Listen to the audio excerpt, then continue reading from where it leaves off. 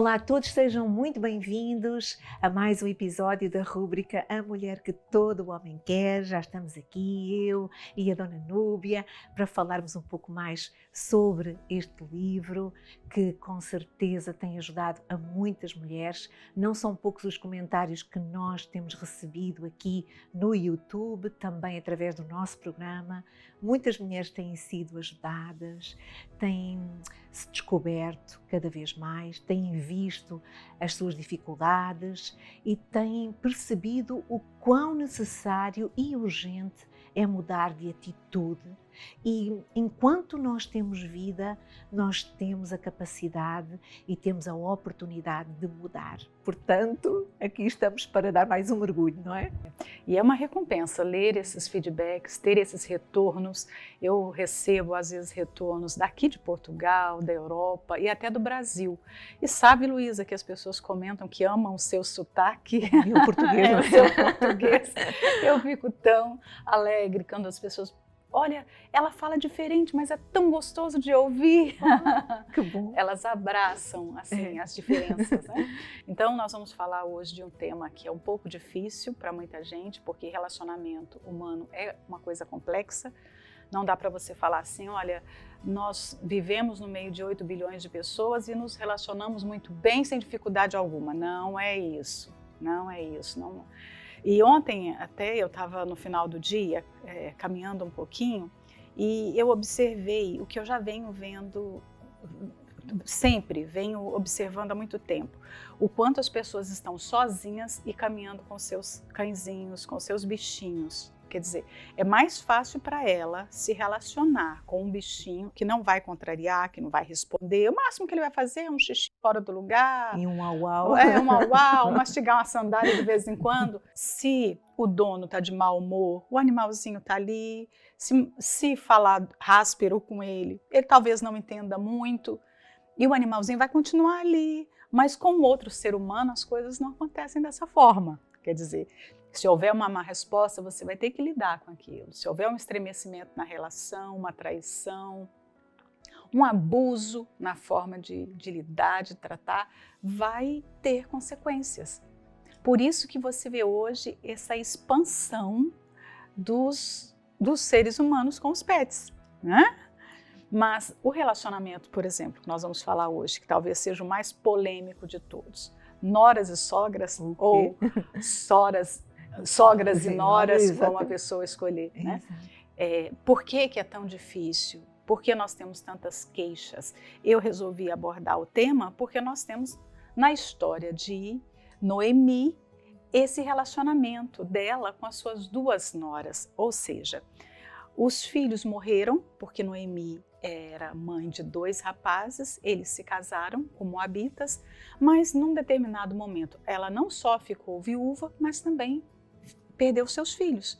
E ali era a oportunidade daquelas 2 mulheres se distanciarem da sogra. Se fosse um relacionamento ruim, o que elas fariam? Vamos para a nossa casa, vamos viver a nossa vida e nunca mais vamos olhar para a cara de Noemi. Mas não é isso que acontece. As 2 decidem acompanhar Noemi. Por quê? Provavelmente havia ali amizade, generosidade, doçura na maneira de tratar, companheirismo. Havia um relacionamento além do relacionamento entre só filhos e noras, né? Porque já não tinha mais os filhos, então não tinha razão de ter proximidade se não houvesse amizade. Havia muita partilha. Havia partilha, sim. Exato. E a amizade, para ser boa, tem que ter entrega de ambas as partes. Quer dizer, não pode ser só um lado. Não era só Noemi que era boa para com as suas noras. As noras também eram boas para com ela, né? E aí vem uma grande questão. Noemi conhecia Deus, Noemi vinha do povo de Israel, conhecia a palavra, tinha fé no Deus vivo. E ela foi esse elo que evangelizou as noras, porque as noras, pertencendo ao povo moabita, o povo moabita não tinha nenhum histórico de conversão, de conhecimento da fé, da lei. Pelo contrário, eles eram apegados aos seus deuses. Então, Noemi, nesse tempo de casamento dos filhos, ela partilhou a sua fé. Né? Ela derramou sobre as suas noras, não só a convivência do dia a dia, de arrumar a casa, fazer comida, lavar roupa, mas aquilo que ela conhecia a respeito de Deus. E é muito bom você ser esse ponto de contato entre alguém e Deus, porque conhecer a Deus é o que há de mais valioso na vida, não é? Você não pode conhecer todas as pessoas que deseja nesse mundo. Quantas pessoas que nós admiramos pela sua inteligência, pelo seu bom humor, por tantas características, até por características espirituais, mas que nós não conhecemos. Conhecemos às vezes pelas redes sociais, mas nós podemos conhecer a Deus. E melhor ainda quando alguém nos apresenta esse Deus. Né? E Noemi foi esse ponto de contato entre as noras e Deus. Então, quando os filhos morrem e Noemi decide voltar para Belém, elas tomam a decisão de acompanhá-la. Né? Exatamente. Só que num determinado momento, você vai ver que uma decide desistir da viagem e volta. Mas Ruth não, que é órfã, né, que decide. Mas Ruth permanece com ela. Então é onde eu faço essa abordagem sobre esse relacionamento, porque elas decidem ter um relacionamento que continua, né? Apesar de não ter mais nenhum outro elo. Porque se você olhar por laço sanguíneo, não existe. Né? Não tem mais. E não havia mais chance delas terem novamente um casamento ali em família, porque Noemi, como já de uma mulher de idade, não teria mais filhos. Então, o que unia as duas realmente era a amizade. E aí, o que a gente pode pensar, Luísa? Como desenvolver essa amizade? Como levar isso na prática? Porque hoje, essa mulher que está em casa, de repente tem um relacionamento tão tumultuado com a sua sogra. Ou essa sogra, né, não consegue olhar para a sua nora e ver nela essa mulher que ama o seu filho, que ama a família que agora ela entrou, que ela passou a pertencer. E só tem atritos ali, é um embate. Né? Nós tivemos recentemente um caso no Brasil que chocou o país inteiro de um envenenamento em família, porque havia um ódio da nora para com a sogra. Né? E teve um desfecho muito ruim. Mas isso não é uma coisa que acontece só em um país, não. Isso é generalizado. E que está camuflado. Pode, às vezes, estar disfarçado, né? Ali nas festas de família, nos encontros que tem, nos almoços que tem, aos finais de semana, mas dentro da pessoa está aquela mágoazinha, aquele ressentimento, aquela lembrança de algo ruim que se viveu. Então, nós precisamos saber nos posicionar. Por exemplo, quando você está na posição de sogra, qual deve ser a sua atitude para com a nora? Porque as sogras, às vezes, começam a entrar numa competição. Né? Ela quer competir, porque antes ela era sozinha no posto, a rainha no coração do filho. Agora não mais. E ela precisa aceitar essa realidade. Então, nunca entrar numa competição, porque são amores diferentes. Exatamente. E ela nunca vai perder o lugar de mãe, não é? Sim. E outra coisa, dá espaço para que a nora cuide da casa, do filho, da vida, da forma como ela acha melhor. É tão bom a gente saber, entender as fases da vida, porque a vida é cíclica e tem uma fase que termina algo para começar coisas novas, né? Então, o casamento na vida do filho é esse marco.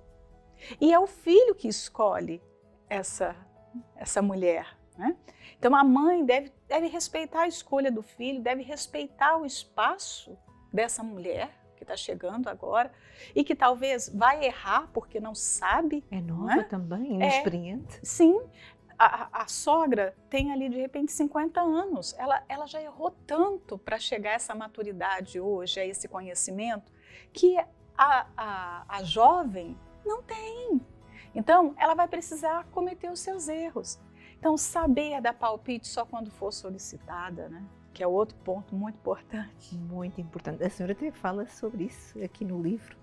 A senhora comenta mesmo que os palpites devem ser guardados. Sabe, Luísa, uma das coisas que eu já reparei em mim mesma, isso eu luto muito para ficar nesse lugar, eu acho que é a luta de todas as mulheres.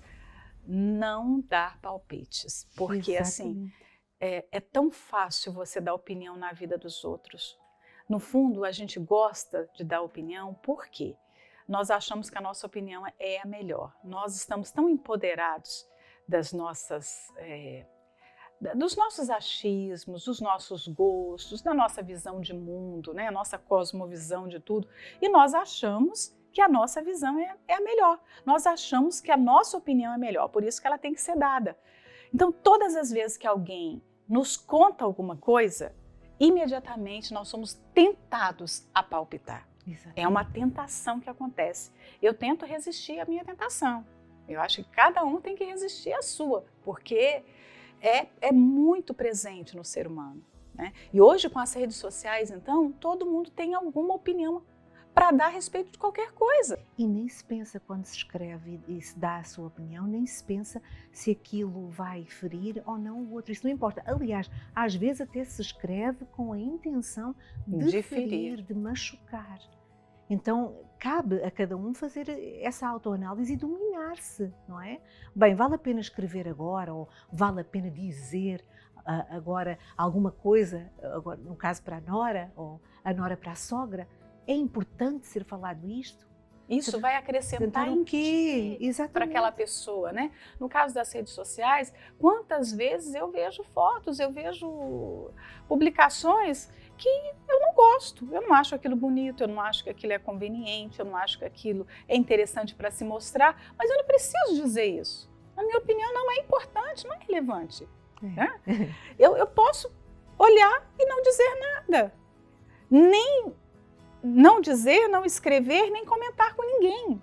E isso torna a vida tão leve. Para que criar tantos pesos? Eu só vou agora aqui dizer que eu já achei, já encontrei, é muito profundo. A senhora diz assim, e dê conselhos somente quando for solicitado, como a senhora já falou, pois a 7 chaves deve ficar guardado o seu compêndio. Foi esta palavra que eu achei muito interessante. O seu compêndio de palpites. E isto que tem que ser.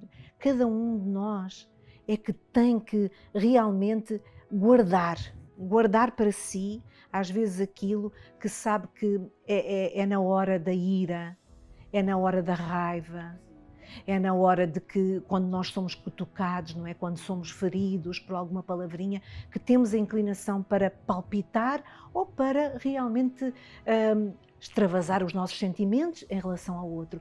E é nesse exato momento que nós temos que ter a consciência que não vale a pena. Eu sei que não é fácil. É preciso assim, um autocontrole tremendo. Muito, muito. Mas isso adquire-se. Isso trabalha-se, não é? Aliás, Dona Núbia, eu vou dizer uma coisa para a senhora. Este livro eu li-o logo no início, quando saiu, mas eu continuo a lê-lo. E eu estava a pensar, no outro dia, eu pensei, a mulher que todo homem quer, tudo bem, é um título excelente, chamativo, mas eu estava a pensar assim, não, esta é a mulher que todas nós deveríamos querer ser. É a mulher que toda a mulher deveria querer ser, para agradar a Deus. E é a mulher que agrada a Deus. E a mulher que quer agradar a Deus, tem que ter ciência de que ela precisa de controlar os seus sentimentos. Porque senão os relacionamentos tornam-se, em vez de ser relações, é relações, não é? Porque ninguém gosta de conviver com uma pessoa ranzinza, mal-humorada, uma pessoa palpiteira, que se intromete sem ser chamada, né? Porque, já pensou, a nora, o seu filho chega na sua casa para o almoço do domingo e de repente a camisa dele tem lá 2 vincos. E aí a mãe, incomodada com aquilo, vai e aponta o dedo e chama atenção e mostra, olha, quando meu filho estava aqui, a camisa dele nunca teve 2 vincos, ele nunca se vestiu assim, ele nunca saiu amassado. O que você vai conseguir falando isso para a sua nora? Né? afasta o filho e afasta a nora. Sim, não é? e eu acho que toda sogra deve pensar assim, se o meu filho está feliz, se tem uma mulher que faz o meu filho feliz, eu já devo ficar feliz por isso, não é?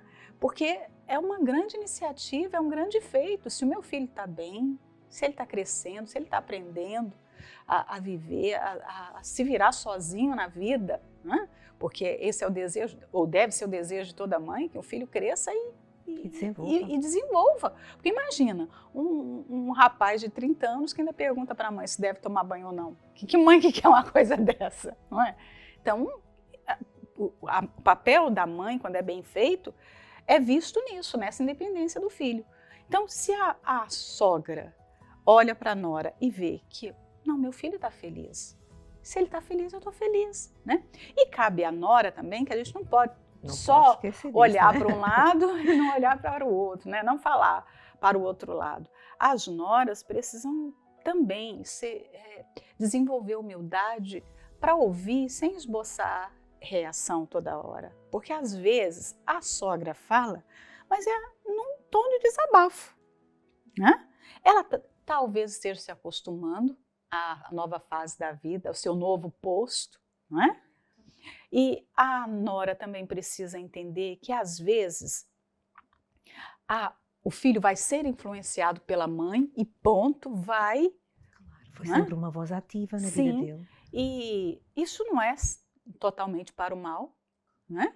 Eu não posso ver, porque essa aqui foi um palpite da mãe dele, então é uma coisa ruim. Não, pode ser algo bom, né? E principalmente nos primeiros anos de casado.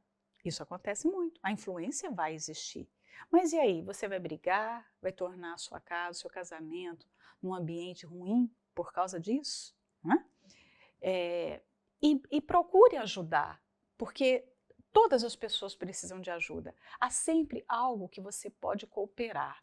Se a nora olhar para a sogra e pensar, eu posso ajudá-la de alguma forma? Isso que você vê que falta nela, você pensa em o que eu posso fazer para contribuir?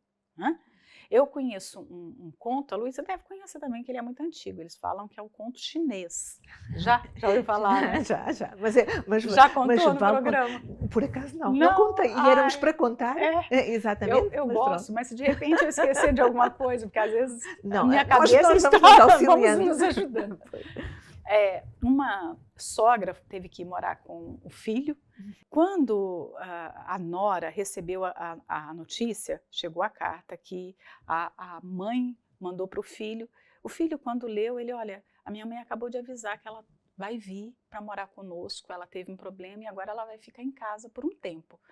Aquela mulher ficou desesperada, ela já imaginou que ela teria assim, os piores meses da vida dela. Como? A nossa casa é perfeita, mas só nós dois, não com a sua mãe aqui. Então, a sogra chegou com a sua malinha, já foi lá, mostrou o quarto e as duas começaram a ter os seus estremecimentos, porque começou a dar palpite aqui, a outra a dar palpite ali, e de repente estava um clima ruim, muito ruim na casa, né? E ela falou, eu não vou suportar todos esses meses, eu vou procurar o farmacêutico da família e eu vou buscar uma solução. E ela foi até esse farmacêutico e falou para ele, falou, olha, a minha sogra é uma peste, uma mulher ranzinza, má, é uma mulher que tem feito a minha vida muito ruim e eu preciso de alguma coisa para acabar com a vida dela. Então, um homem um pouco assustado, mas cedeu. Com a sua sabedoria, né? Com a sua sabedoria, ele foi para dentro lá da loja dele, da farmácia, e depois, quando ele voltou, veio com um frasco de quase 500 ml de uma poção, e ele falou, olha, esse aqui é uma poção de plantas, é extremamente venenoso. É mortífero. É mortífero. Você precisa dar em doses pequenas. Então, você vai dividir isso aqui em todas as refeições para ela. No café, no almoço, no lanche da tarde, no jantar. Mas só tem um detalhe, você tem que estar junto nas refeições. Você vai preparar, colocar na comida dela e você vai se assentar à mesa também e vai ali participar. Então, o marido dela saía, o filho saía e ficavam só as duas. E ela começou a fazer isso. Primeira semana, segunda semana, um mês. Só que as conversas começaram a ficar tão boas. Uhum. E ela começou a conhecer a sua sogra começou a conhecê-la melhor. Então, ela percebeu que a sogra já não era tão má, a sogra tinha ideias boas, tinha sabedoria, a sogra tinha bom humor. Então, teve um dia que ela falou assim, eu acho que eu vou ter que ter um encontro com o farmacêutico novamente, porque eu preciso conversar com ele. E reverter o E quadro. reverter o veneno. Então, quando ela chegou à farmácia, ela disse, olha, eu me arrependi, eu não quero mais matar minha sogra. Só que eu já dei mais da metade do frasco de veneno. A Luísa lembra do final. Sim. Como eu faço para reverter o veneno? E ele falou, não precisa fazer nada. O veneno estava no seu coração, né? Exatamente. E o amor que você aprendeu a ter, a amar a sua sogra, fez com que esse veneno saísse. E o amor é realmente o remédio para todos os relacionamentos estremecidos, para todos os problemas que nós vivemos, né? Eu falo nessa parte que é o individualismo, as pessoas... O ego sensível. um ego sensível, as pessoas estão muito autocentradas em si mesmas. Isso torna qualquer relacionamento péssimo. Claro, você vai estar apegada somente às suas razões. Não vai conseguir ver a razão do outro, o lado do outro, a necessidade do outro, né? Eu acho que nós encerramos muito bem este episódio do famoso relacionamento entre noras e sogras, e é isso, a Dona Núbia, as cedências, de ceder, dar-se pelo outro é fundamental, e é aí que nasce realmente um relacionamento saudável, um relacionamento para uma vida, não é? Para não esquecer que marca. Então acredito que está tudo dito, regressamos numa próxima. Muito Combinado. obrigada, não é? Até lá. Até lá, tchau, tchau.